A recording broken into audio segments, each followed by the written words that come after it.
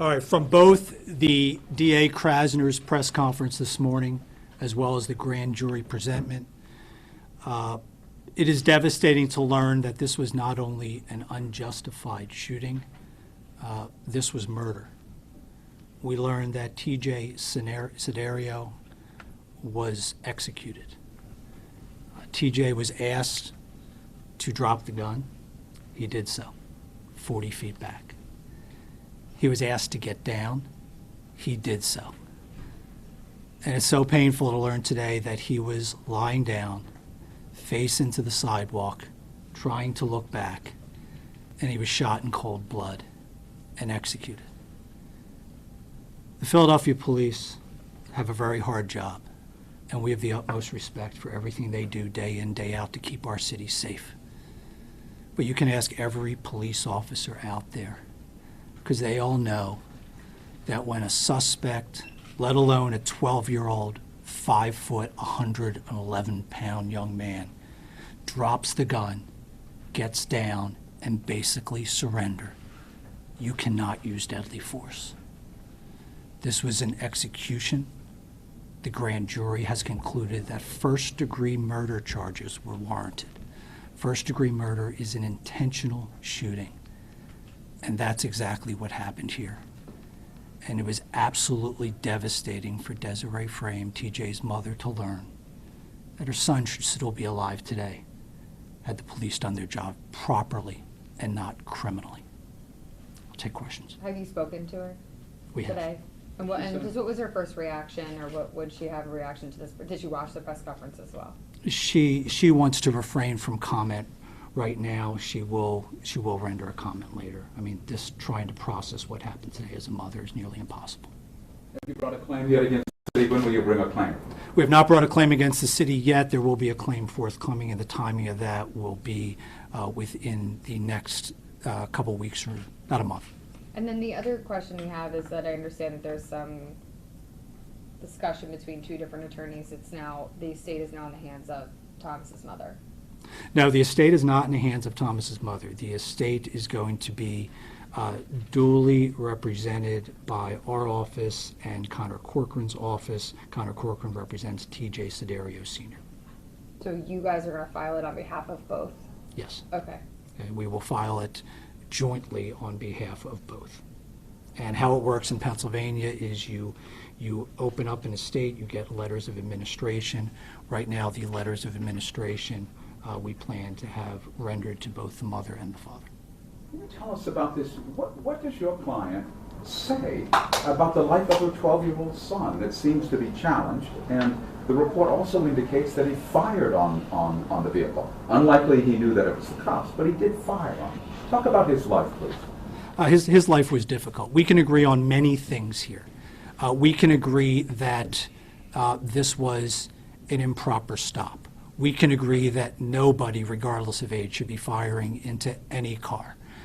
There is a dispute, though, however, over what TJ's state of mind was at the time, because it was crystal clear in DA Krasner's press conference that they did not identify themselves as police officers. And this is a really tough neighborhood with a lot going on that probably none of us at this press conference are used to dealing with. So we really cannot pass judgment. One, we haven't seen any evidence whatsoever that links TJ to the shooting. DA Krasner carefully chose his words and said it is likely that TJ was the shooter, but that's all we know. And so that hasn't been conclusively proven. But we can also agree that any shooter, a 12-year-old or a 52-year-old, who puts the gun down upon command, gets down to the ground upon command, cannot be shot in the back. That's an execution. That's a murder. No cop in this country should do that. When you say there was a dispute in TJ's state of mind during that incident, you mean in terms of the circumstances, not knowing who that car belonged to, what was going on? Can you elaborate what you mean dispute in the state of mind? I can. Unfortunately, we'll never know TJ's state of mind due to the criminal actions of this officer. However, everybody in here read the Inquirer's article on the goings-on of this particular neighborhood. and how the different stops were being made and how unmarked cars with unidentified police officers in plain clothes are not always seen as police officers. They are sometimes seen as threats to the people who are wandering around the streets. So we have no idea, and we'll never know what exactly TJ was thinking, but there is no evidence right now to indicate that there was an identification that they were police officers. In fact, the only evidence so far is that lights going on occurred simultaneously to the shooting, and that's all we know. Have you spoken to the 17-year-old that was with TJ and gotten his account of how everything went down that night? We have not. The DA refers to a lot of video evidence. Have you been able to overview or look at that video evidence, and has Desiree? We have not been able to see the damning the damning video. There was a video mentioned today at the DA's press conference that he said nobody has seen. And that seemed to be the video that was shown to the grand jury that gave them all of the evidence they needed to bring these very serious murder charges. So we have not seen that video. We will be, of course, once we file suit, we'll be requesting that video. And then as soon as we get it, we'll be able to comment on that. When were you guys notified also of charges being filed against him? The Inquirer's article this morning, which was a precursor to the DA's press conference. Do you have any idea why a Secret Service agent is involved in this case in any way? There's apparently one out there with the Philly cops. Any idea? No idea. Did you know that? No. Learned that today at DA Krasner's press conference. It's what a Secret Service agent is doing running around South Philly. We do not know, but we will certainly inquire in the discovery process. It sounds like there's something much more going down in this investigation than simply looking to get guns off the street. Who will you name? You obviously named the cop. Who else do you name in a claim like this? The city. This will be the Philadelphia Police Department. This will be a civil rights action for a criminal, not only unjustified, but a criminal execution. What's the difference? I mean, why a criminal? I mean, you're obviously civil attorneys. Explain that to me. I'm sorry. What the difference is that you have shootings that involve close calls. And in many of those close calls, rightfully so, the police are given the benefit of the doubt because their life is in danger also. They're at risk. They put their lives at risk every day. Here, as the DA made crystal clear, this isn't even close to being a close call. This was, as he put it, there is nothing in the evidence to suggest that this was a justified shooting. So we have read about case law that the shooting is questionable, as I'll put it. And you go in front of a jury and argue that the shooting was unjustified, and the jury could conclude that it was justified. Here, there is no evidence whatsoever, as everybody here heard this morning, that the shooting could be justified. Do you have to wait for the outcome of whatever happens here for you to resolve your own civil claim? Excellent question. The overlap of the criminal action and the civil action we've dealt with many times. We dealt with it in the Salvation Army building collapse. We've dealt with it with the food truck explosion in Philadelphia.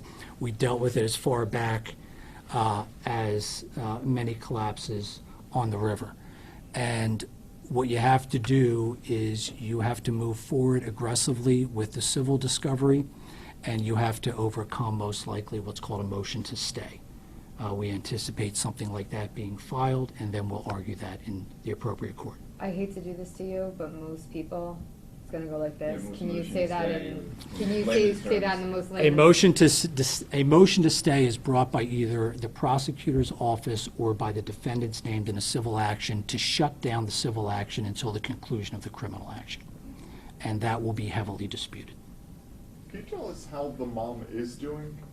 Like, how's she doing today after learning this news? She remains absolutely devastated.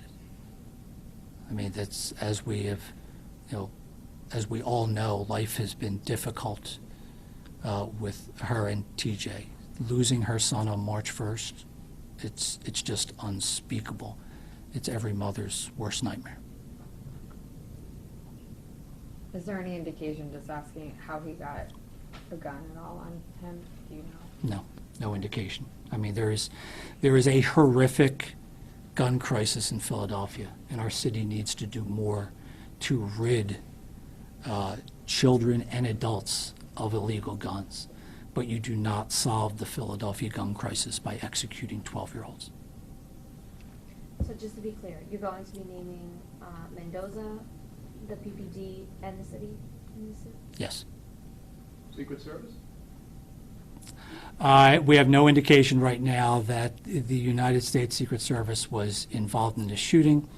DA Krasner indicated that they were there on a tangential mission and did not even witness this.